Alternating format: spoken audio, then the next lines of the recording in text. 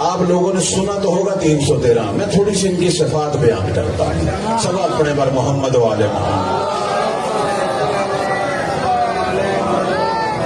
کیونکہ عام طور پر میں روایتی انداز میں نہیں پڑھتا مجلس میں، سمجھتا ہوں کہ جو آج کل کی ضرورت ہے اور جو بچوں اور جوانوں کو جاننا چاہیے، اس حوالے سے اشارہ کروں گا کہ یہ 313 کون ہیں کہ جو ابھی تک سامنے نہیں آ رہے، جو ابھی تک پورے نہیں ہو رہے.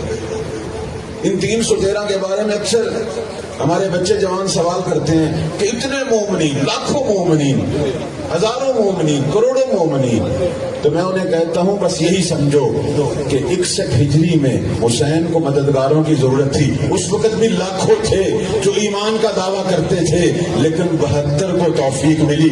جس طرح وہ 72 چنے ہوئے تھے، آج بھی کروڑوں میں 313 ویسے ہی خدا چنے گا، اسی طرح چنے گا. وہی انتخاب ہے.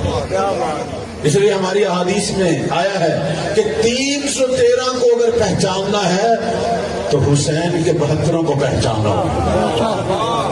بالکل وہی شخصیت ہے، وہی انداز ہے. توحید بھی ویسی، ولایت بھی ویسی، جذبہ شہادت بھی ویسا، جذبہ اطاعت بھی ویسا، بالکل وہی شکل. اور یہ ہماری مجالس بھی اسی لیے ہیں کہ ان مجالس سے بلا کر ان 313 نے جنم لینا ہے. یعنی یہ جو سلسلہ مجالس کا چل رہا ہے، یہ اسی لیے کہ بلا کر ان ہستیوں نے اسی صف اعضاء سے اٹھنا ہے، انہی ہستیوں نے پرورش پانی ہے. ورنہ اور کیا ہدف ہے ان مجلسوں کا؟ رونا عبادت ہے، رونا ہماری نجات ہے، لیکن مہدی کی فوج بھی اسی مجالس سے ہی تیار ہونے. لہذا میں کہا کرتا ہوں ایک تو مجلس میں آنے کی فضیلت ہے، وہ رونا اور اس کی عبادت ہونا، نجات، یہ ساری چیزیں. اچھا، اس فضیلت کو بھی کم نہیں سمجھنا چاہیے، یہ بڑی فضیلت ہے.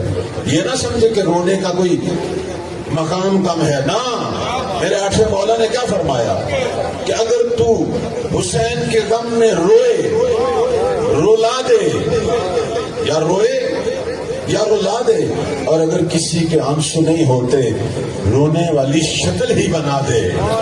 فرماتے ہیں وجبت لہ الجنہ، خدا اس کے لیے جنت کو واجب کر دے. اور فرمایا حرمت جسدہ علی النار، جو حسین کے غم میں روتا ہے اس کا جسم جہنم کی آگ میں حرام ہو جاتا ہے. رونے کا بڑا مقام ہے. یہ گریا بہت سارے کام کرتا ہے، ہمیں نہیں پتہ چلتا. سب سے بڑا کام یہ کرتا ہے، ہمارے گناہوں کی بخشش کا ذریعہ ہے.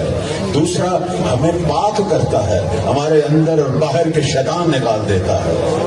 اور یہی گریا ہے کہ دلوں میں جو بھی مسائل ہوں، نہ ملنے والے اسی صف اعضاء کی برکت سے ایک دوسرے سے مل لیتے ہیں، نفرتیں ختم ہو جاتی ہیں، محبتیں جنم لیتی ہیں.